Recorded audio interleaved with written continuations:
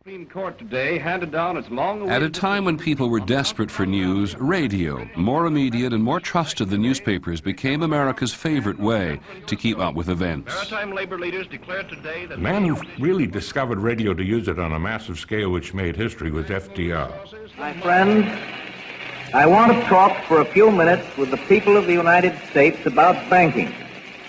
I want to tell you what has been done in the last few days and why it was done and what the next steps are going to be.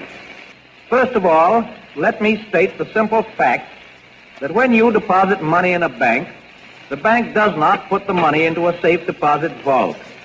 It invests your money in many different forms of credit, in bonds, in commercial paper, in mortgages, and in many other kinds of loans.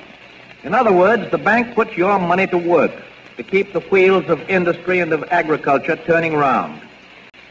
What then happened during the last few days of February and the first few days of March?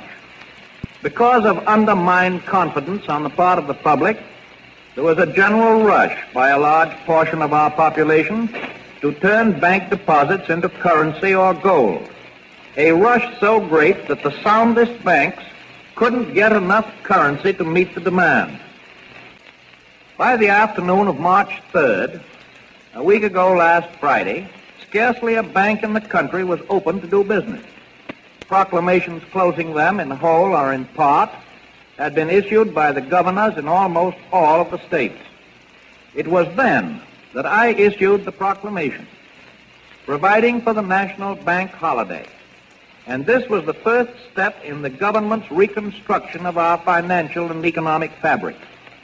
The second step, last Thursday, was the legislation promptly and patriotically passed by the Congress, confirming my proclamation and broadening my powers so that it became possible, in view of the requirement of time, to extend the holiday and lift the ban of that holiday gradually in the days to come.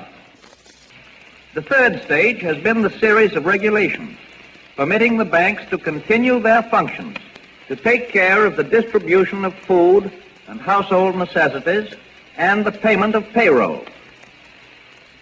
This bank holiday, while resulting in many cases in great inconvenience, is affording us the opportunity to supply the currency necessary to meet the situation.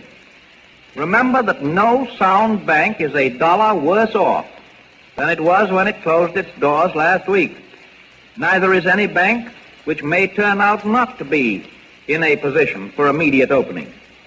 The new law allows the 12 Federal Reserve banks to issue additional currency on good assets, and thus the banks that reopen will be able to meet every legitimate call.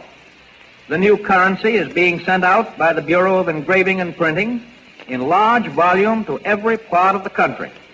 It is sound currency because it is backed by actual good assets.